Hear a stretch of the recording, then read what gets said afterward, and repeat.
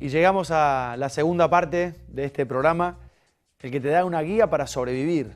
Le da una guía para sobrevivir a la humanidad, en realidad, si sigue minando a través de los procesos agrícolas actuales y la producción de alimentos actuales, la tierra que produce todos esos alimentos. No podemos cometer ese acto irresponsable y ya hay conocimiento acumulado en el mundo y experiencias diferentes que te vamos a contar que dan una pista de cómo se puede llegar a rescatar parte de lo ancestral, de lo que tiene que ver con los pueblos originarios del planeta. Eso puede ayudarnos a revertir una tendencia que es la de la dieta global. Vamos a hablar justamente de eso, de una dieta global que establece la industria del alimento, que establecen los países y los gobiernos que aprueban que eso pase, pero también la conducta de pasividad de los consumidores, que adoptan una especie de estilo de vida o de qué comer como comen en otros países, desechando lo de cada cultura. No pasa en todos los países del mundo. Vamos a hablar de las diferencias que existen, porque para cada país hay una costumbre y hay una reacción social. ¿Todos se inclinan ante el imperio de la industria del alimento o hay resistencias? Lo vamos a abordar con Sheryl Hendriks. Sheryl es directora del Instituto del Alimento de la Universidad de Pretoria, en Sudáfrica. Recientemente estuvo en Argentina hablando de este tema y vamos a responder esta pregunta. ¿La desnutrición, la malnutrición, son el principal problema que tiene la humanidad hoy? It's probably a manifestation of many of the changes in society and the complexities in the food system. So it's a problem, but it's also a consequence of problems in the wider global economy and the developmental states of various countries. So there are multiple causes, but yeah, it's an outcome of multiple causes. Well, in some ways we're not providing enough food for people to get the energy required to meet their basic nutritional needs. The micronutrient deficiencies come from inefficiencies in the food system and poor food choices by consumers. And then the overweight problem is partly caused by more sedentary lifestyles, which are a consequence of urbanization and changes in society, as well as the food system itself. So what kinds of foods are available for people to purchase? So very often choices are limited and budgets dictate that people choose the cheapest foods, and sometimes those cheapest foods are purely starch or high-fat foods. Nunca sabemos dónde se origina el problema que tenemos nosotros, si es que comemos lo que nos ofrecen o si es que no hay alternativas en el mercado, no conseguimos otra cosa. La comida más barata es parte del problema. Digo, la comida que es más barata pero es menos saludable, ¿es lo que origina que se coma mal en muchos países del mundo? Lo responde. It's more complex than that. So our preoccupation with creating cheap food to feed the masses has led to us trying to find ways of providing mass-produced cheap food, and usually that is either high starch or high fat foods.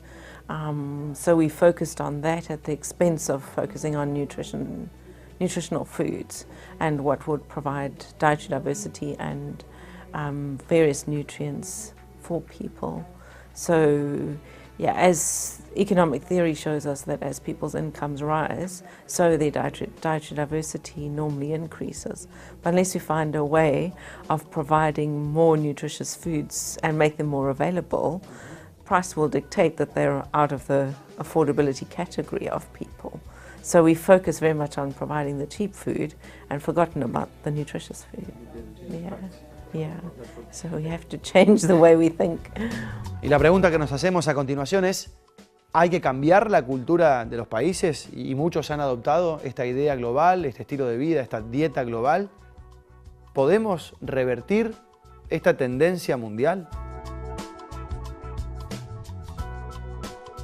Globalization has led to a global diet, and young people in developing world aspire to that global diet. It's seen as a status symbol, whereas they leave behind the nutritious foods that they are familiar with in their community.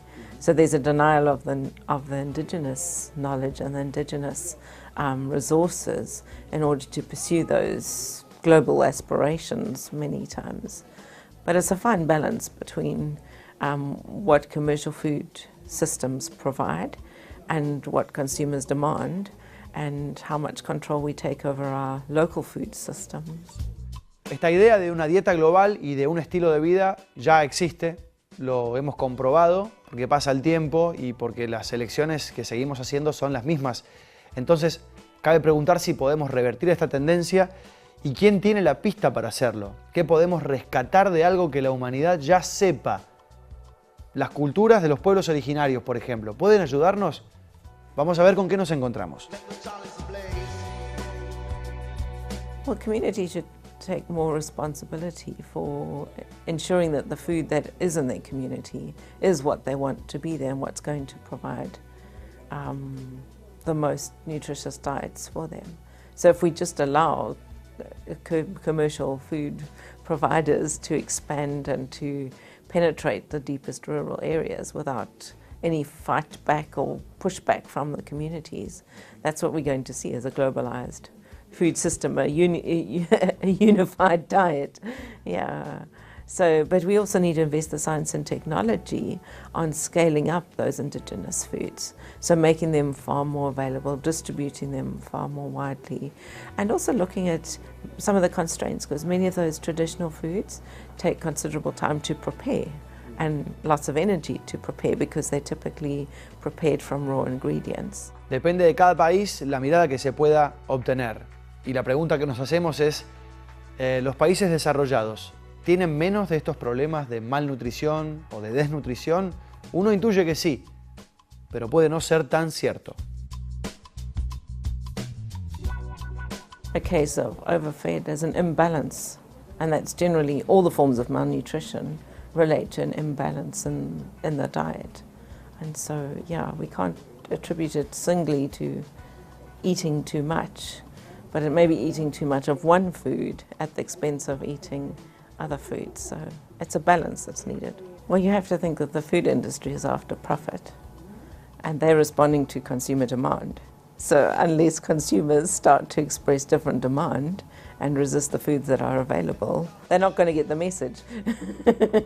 So if you take, for example, foods here in South America, if you take, for example, traditional diets in Mexico, there's far more pushback from local people to say these are our foods and this is what we want to consume. And so industries in those areas have to think about how do you make more tacos, how do you find ways of producing that food. But if societies don't give that pushback, you'll find a far more homogeneous global diet being dished out. And so, yeah, I think there are parts of the world that take a great deal more pride in their traditional foods, and there are other parts that are willing to forego that for this aspiration of Western kind of foods. Yeah, so we need to try and create a culture that appreciates the local foods, and particularly the nutritious local foods. Tal vez tengamos la respuesta más cerca de lo que pensamos. A lo mejor hay que cambiar el foco con el cual miramos este tema. Solemos tratar de interpretar nuestra realidad con la mirada de países desarrollados, pero a lo mejor la solución la tenemos nosotros aquí mismo y no lo descubrimos todavía. Y a ver qué piensa Sheryl Hendriks. I think we can learn a lot from South America but in Africa, but there are many technologies. The technologies differ across continents. So if you look at the maize preparation in many of the diets in South America, they use a very different technology to how maize is prepared in Africa. But there are good things and bad things of both. So the addition of lime to maize in South America releases a number of nutrients, but it creates a lot of waste, especially wastewater. Whereas many of the technologies in Africa are more closed fermentation systems, which don't create as much waste, but they use this addition of acid. So they're very different technologies across the different societies, and they're very different food tastes. because the end product is different. It's very culturally specific. But there are many things that we could learn. There's a lot of innovation happening in Africa in terms of how do you make quick cooking foods that preserve the traditional culture.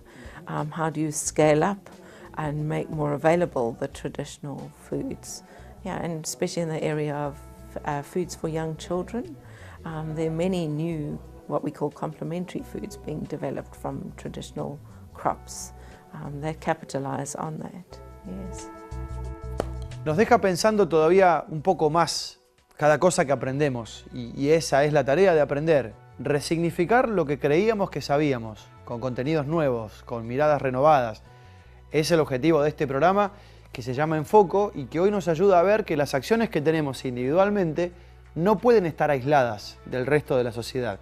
Este es un salto que tiene que dar toda la humanidad, darse cuenta que el cambio climático afecta a la agricultura y la agricultura acelera el cambio climático si sus prácticas no son buenas para con el suelo, que es lo que produce los alimentos de todo tipo, los que toda la humanidad consume, y en pocos años habrá miles de millones de habitantes más. Si no aprendemos a entender que las cosas que hacemos individualmente afectan el todo, nunca encontraremos las soluciones a los problemas que tenemos. Esto es todo por hoy. Gracias por acompañarnos.